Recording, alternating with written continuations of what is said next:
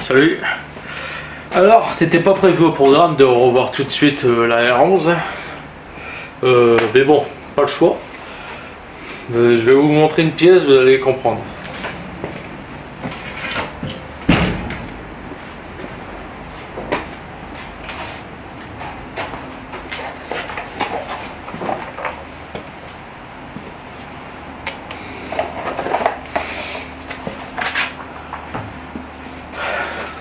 J'ai été radin sur acheter le deuxième cylindre. Mais en fait j'aurais peut-être dû l'acheter parce que bon, heureusement ça me l'a fait quand j'ai démarré le véhicule. Le C5 étant maintenant compliqué de rouler avec à cause...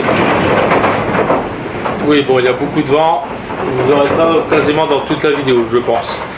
Donc le C5, comme c'est compliqué en ce moment de rouler avec à cause des défauts électroniques comme la clé anti-démarrage, tout ça, hein, donc pour ceux qui ont vu les petits défauts électroniques que j'ai en ce moment avec la voiture, et ben j'ai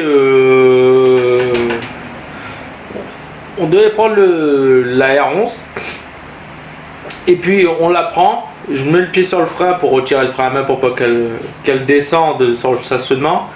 Pas de frein. Non, pas de frein du tout. Voilà. Donc pour moi, je suis sûr et certain, de toute façon il fuyait déjà au remontage. C'est cette roue là-bas. Donc comme je suppose que ça a dû fuir, j'ai aussi... Ça c'est des poubelles qui volent. Est-ce que c'est les miennes?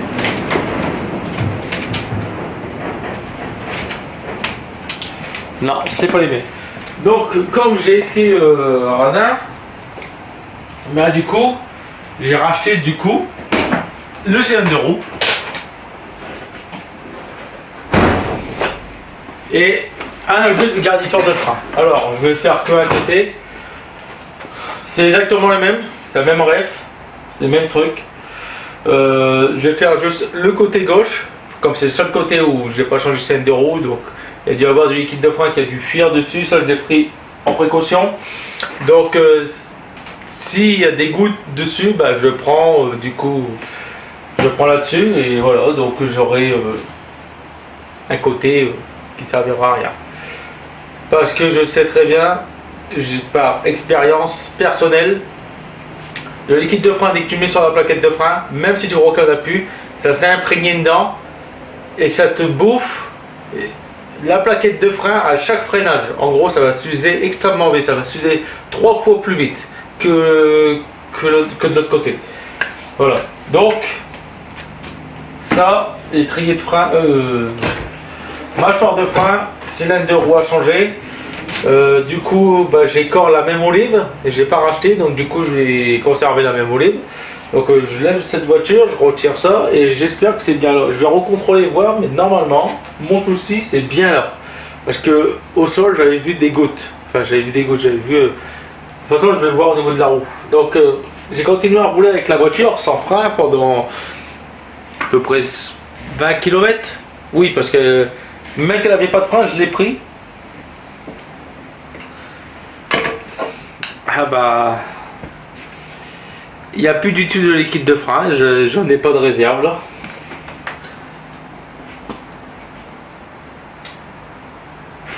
Bien.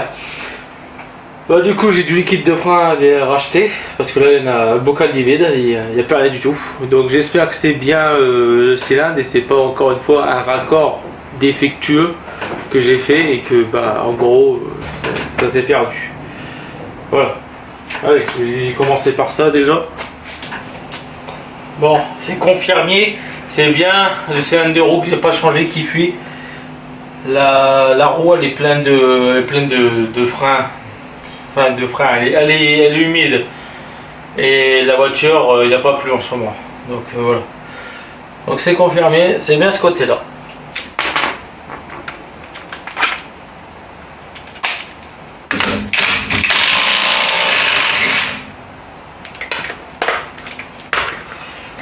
Des gants.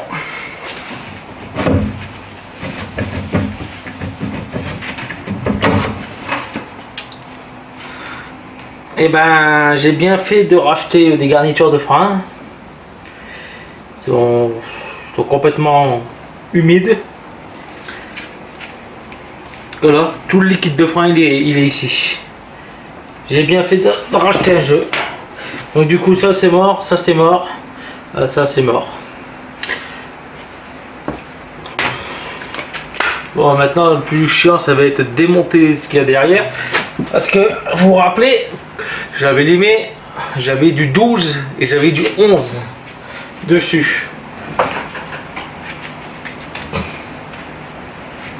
Prochaine fois je fais pas le radin. Même si j'ai besoin de... Même si j'ai plus de sous, je le prends. Parce que là, bah voilà, là je peux le refaire. Juste la purge a été parfaite.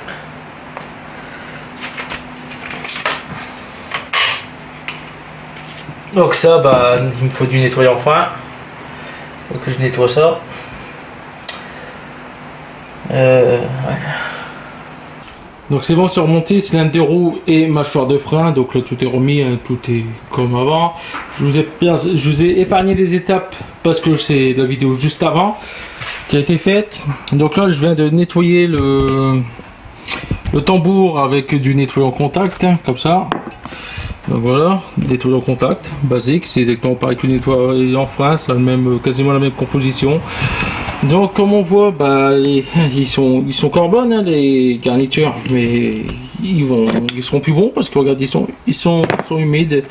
Donc voilà, ils servent plus à rien. Donc là j'ai encore un au cas où de secours, mais bon, normalement je devrais jamais devoir l'utiliser.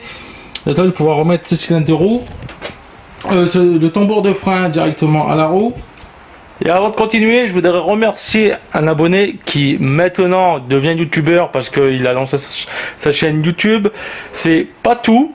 Donc Patou, il est du côté de Nice, Marseille, tout ça, parce que j'ai pu voir. Et grâce à lui, j'ai pu avoir ceci qui est devenu introuvable. Renault 11 GTL. Donc pour me faire remercier, vu que c'est gratuit, il l'a envoyé à ses frais, hein. Donc c'est simple, sa chaîne YouTube est dans la description. Je vous invite à aller s'abonner à sa chaîne YouTube. Sa chaîne YouTube c'est très simple, c'est des Renault 11 BX, parce que j'ai pu comprendre.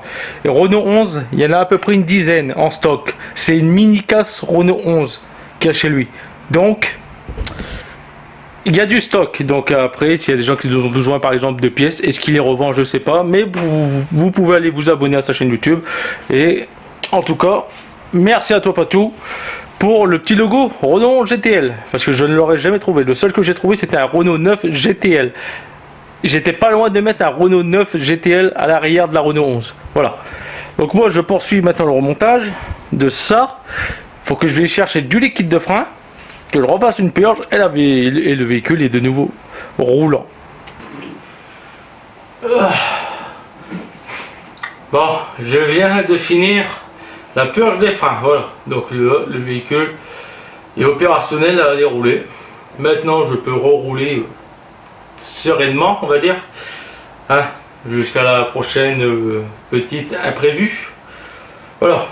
Donc il y a un truc aussi. Il y a un truc parmi les trucs, c'est que c'est un moteur 1,1 litre, carburateur double corps. Il est censé normalement me donner 68 chevaux ou 72 chevaux, si j'ai bien compris. Or, quand je roule avec, j'ai pas l'impression d'avoir 72 chevaux, j'ai plutôt l'impression d'en avoir 55, 58 même. On n'est pas à ces chevaux entiers. Pourquoi? Parce que j'ai l'impression qu'elle manque de pêche par rapport au début que je l'ai acheté. Quand j'ai commencé à rouler avec, je vous l'ai même dit, elle bombardait. Là, non, j'ai l'impression que le moteur, j'ai l'impression de rouler avec la Super 5, qui est un moteur 1,1 litre et qui est à 50 chevaux, il me semble. Là, j'ai l'impression de rouler pareil. En fait, je sais pas, j'ai l'impression que le moteur, il y a un truc qui est retenu dans le moteur. Donc après, ça fait longtemps aussi qu'elle n'est pas tournée, hein. Lui, je ne l'ai pas démonté entièrement comme le Trafic. D'ailleurs, j'ai roulé avec le Trafic, avec plaisir de rouler avec. J'avais complètement oublié qu'en fait le moteur du Trafic, malgré ces petits problèmes qu'il y a pu avoir et malgré encore le petit claquement au niveau des coussinets de bielle, mais bon, ça le problème se règle une fois que le moteur commence à monter en température et que l'huile circule. Le Trafic, il est fluide à conduire comparé à celle-ci. Celle-ci, j'ai l'impression qu'il y a quelque chose déjà qui le retient dans la direction. Niveau puissance, il y a un truc qui le retient. C'est simple, quand je mets la 1 à la 2, 3 et que je repasse à la 2 en rétrogradant et que je repasse à la 1, je sens que quand j'accélère, il y a quelque chose qui va pas. Je sais pas, il y a comme un grand trou d'air. Donc du coup, je repasse la 2 et là le véhicule il va mieux. Sinon j'ai l'impression qu'il va caler et puis du coup, boum, il va partir. Donc oui, il y a peut-être une fuite d'air ou une entrée d'air, peut-être, c'est possible.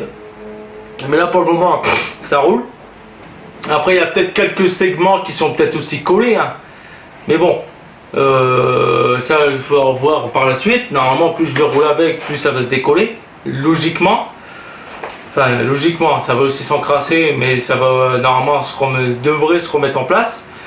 Mais là, pour le moment, j'ai l'impression que le moteur, il est beaucoup retenu. Donc, peut-être vidéo à suivre bientôt, mais j'ai pas toute la puissance du moteur. Pour vous dire, le Trafic, j'ai l'impression qu'il y a beaucoup plus de pêche que ce moteur là. D'ailleurs, en parlant du Trafic, je sais pourquoi la boîte, quand je passe la marche arrière, elle craque à chaque fois.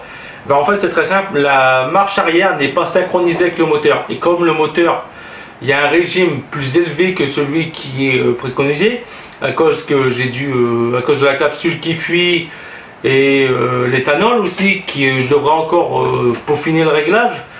Donc c'est pour ça en fait que ça craque, parce qu'en gros le moteur il n'est pas synchronisé. Comment je me suis rendu compte? C'est simple. Utilisation normale, le Trafic il fait 1100 tours minute. Et quand le moteur est froid, quand le moteur est froid et qu'il broute un peu, quand il est aux alentours de 800 à 900 tours minute, je passe la marche arrière, le moteur, la boîte elle ne craque pas. Donc passer les 1000 tours minute, la boîte elle craque quand je passe la marche arrière. Donc là c'est parce que c'est pas synchronisé. Donc en gros il faudra que je règle le Trafic pour essayer d'avoir un ralenti entre 800 et 900 tours minute en tournant à l'éthanol. Mais bon, le Trafic il est plus voué à rouler beaucoup à cause du prix de l'éthanol qui augmente. D'ailleurs là il est repassé en dessous des 1 euro par chez moi, mais il y a encore 3 stations qui sont à 1,10 l'éthanol. Donc ça aussi. Puis pareil, le Trafic c'est 450 km